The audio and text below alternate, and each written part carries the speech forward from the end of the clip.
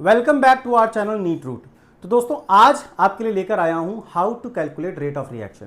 Chemical kinetics physical chemistry का जो chapter है, इन द वेरी बिगिनिंग हम पढ़ते हैं रेट ऑफ रिएक्शन कैलकुलेट करना। क्या क्या प्रॉब्लम्स आ सकती है वहां पर, क्या चेंजेस करने हैं, आइए उसकी बात करते हैं। तो दोस्तों मेरे पास एक रिएक्शन है जिसमें स्टोइशियोमेट्रिक कोफिशिएंट मेरे पास 1 है। यहाँ पे स्टोइशियोमेट्रिक कोफिशिएंट 1 है। ये अलग अलग भी हो सकते हैं, उसकी बात भी इसी वीडियो में करेंगे। तो मान लेते हैं t is equal to 0 seconds पर दोस्तों मेरे पास 0.1 मोल पर लीटर A की कॉन्सेंट्रेशन है और B 0 है, क्योंकि अभी रिएक्शन बस शुरू हुई है तो B धीरे धीरे बढ़ेगा। 10 सेकेंड बाद जब मैंने रिएक्शन को देखा तो मैंने पाया कि जो A है दोस्तों वो 0.05 डिसोसिएट हो चुका है। अब क्योंकि एक A से एक B बनेगा तो जब 0.05 डिसोसिएट होगा तो B भी कितना बनेगा, 0.05 बनेगा दोस्तों।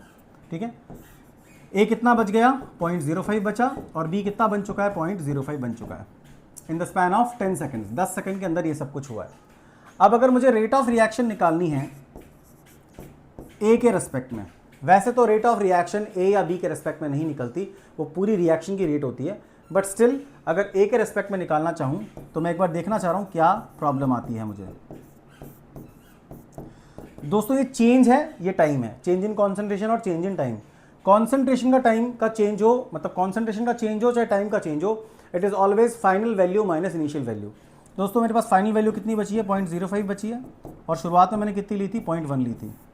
ठीक है दोस्तों, टाइम 10 सेकंड का है, तो ये वैल्यू आ गई मेरे पास -0.05 अपॉन 10, यानी -0.005 मोल पर लीटर पर सेकेंड। अब आइए एक बार देखते हैं प्रोडक्ट के रेस्पेक्ट में अगर मैं रेट ऑफ रिएक्शन कैलकुलेट करूं तो क्या वैल्यूज आती हैं। तो it is dB upon dt, that is rate of reaction.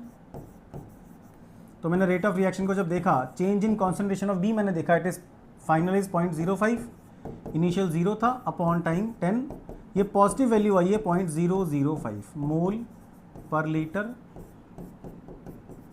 पर सेकेंड। दोस्तों वैल्यू तो इक्वल आ गई क्योंकि स्टोइशियोमेट्रिक कोफिशिएंट्स इक्वल है, लेकिन जो साइन है वो यहाँ रिएक्टेंट के हिसाब से नेगेटिव है जबकि प्रोडक्ट के हिसाब से पॉजिटिव है। ये नहीं होना चाहिए, रेट ऑफ रिएक्शन का साइन सेम होना चाहिए, अलग अलग नहीं हो सकता। तो क्या चेंजेस करें कि रेट ऑफ रिएक्शन किसी भी तरह निकालें, पॉजिटिव ही आए।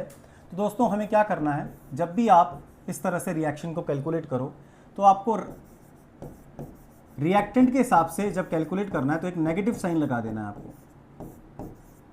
ऐसा क्यों दोस्तों, देखो एक बहुत ही सिंपल सी बात है, ये जो वैल्यू है ये ऑलरेडी नेगेटिव आ रही है और ये नेगेटिव मैंने लगा दिया तो ये पॉजिटिव हो गया। और दोस्तों प्रोडक्ट के हिसाब से अगर मैं देखूं तो वो ऑलरेडी एक पॉजिटिव वैल्यू ही है। मैग्नीट्यूड तो दोनों का सेम आना है क्योंकि स्टोइशियोमेट्रिक कोफिशिएंट इक्वल है। तो आपको बस रिएक्टेंट के आगे नेगेटिव लगाना है, प्रोडक्ट के आगे कुछ नहीं लगाना। एक और एग्जांपल देख लेते हैं। मान लेते हैं मेरे पास कोई रिएक्शन है A plus B is equal to C plus D। कुछ नहीं करना दोस्तों, रेट ऑफ रिएक्शन कैलकुलेट करने के लिए negative of dA by dt equal to negative of dB by dt, positive या कोई साइन नहीं लगाना, dC by dt, positive dd by dt। This is how you have to calculate the rate of reaction. लेकिन एक परेशानी है यहां पर, क्या अगर स्टोइशियोमेट्रिक कोफिशिएंट कुछ और हुए तो, जैसे मान लेते हैं मेरे पास एक रिएक्शन है A is equal to 2B। अब यहां पे रेट ऑफ रिएक्शन के जो फॉर्मुलेशन किया है हमने उसमें कुछ चेंजेस करने पड़ेंगे। देखिए जैसे t is equal to 0 second पर वही एग्जांपल लेते हैं, मेरे पास ये 0.1 मोल पर लीटर था और ये कुछ नहीं था। t बराबर 10 सेकेंड पे मैंने देखा तो 0.05 डिसोसिएट हो गया और यहाँ पर ट्वाइस इंटू 0.05 बना दोस्तों, यानी 0.1 बना, और ये कितना बच गया, 0.05 बच गया दोस्तों, है ना। आप खुद देख सकते हैं एक A से 2 B बन रहा है, तो अगर 0.05 डिसोसिएट हुआ तो ट्वाइस ऑफ 0.05 बनेगा, डबल बनेगा B जो है। अब अगर रेट ऑफ रिएक्शन मैं यहाँ पे A के हिसाब से निकालना चाहूँ, यानी रिएक्टेंट के हिसाब से निकालना चाहूँ, तो वैल्यू आएगी मेरे पास दोस्तों 0.05 minus 0.1 upon 10, the value is positive of 0.005 मोल पर लीटर पर सेकेंड। लेकिन अगर मैं प्रोडक्ट के हिसाब से निकालना चाहूँ dV/dt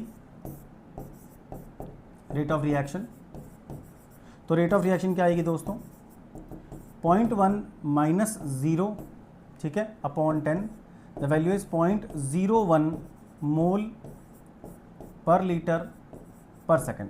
दोस्तों वैल्यूज ही अलग अलग आ गई, इस बार साइन तो सेम हो गया क्योंकि हमने यहाँ नेगेटिव लगा दिया, लेकिन वैल्यूज बदल गई।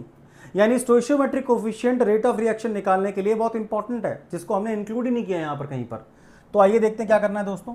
अगर कोई रिएक्शन है मेरे पास Na plus MB is equal to XC plus YD, तो रेट ऑफ कैलकुलेशन करते हैं वक्त स्टोइशियोमेट्रिक कोफिशिएंट्स का यूज कैसे लेना है वो मैं बताता हूं आपको। दोस्तों rate of reaction is equal to minus of dA/dt, और यहां स्टोइशियोमेट्रिक कोफिशिएंट का डिवीजन देना है आपको। अगेन रिएक्टेंट है तो माइनस dB/dt, एंड आपको स्टोइशियोमेट्रिक कोफिशिएंट का डिवीजन देना है। प्रोडक्ट है तो पॉजिटिव dC/dt, बट यहां पे स्टोइशियोमेट्रिक कोफिशिएंट का डिवीजन देना है आपको। Again positive dd/dt, but स्टोइशियोमेट्रिक coefficient का डिवीजन देना है आपको। पिछले सवाल में हमारा आंसर सेम आ जाता। देखिए यहां पर अगर दोस्तों मैं 2 लगा देता, अगर मैं रेट ऑफ रिएक्शन को लिखता यहां पे dB/dt एंड 2 क्यों लगाया, क्योंकि स्टोइशियोमेट्रिक कोफिशिएंट कितना है, 2 है। तो अगर 2 लगा देता, देखो इसकी वैल्यू कितनी आई थी हमारे पास, इसकी वैल्यू आई थी 0.01 अपॉन 2, ये आंसर होता 0.005 मोल पर लीटर पर सेकेंड, और ये वैल्यू एग्जैक्टली सेम होती। तो दोस्तों ऐसे ही इंटरेस्टिंग फैक्ट्स जानने के लिए stay connected with our channel NEET root, follow us on Instagram and YouTube. Thanks a lot.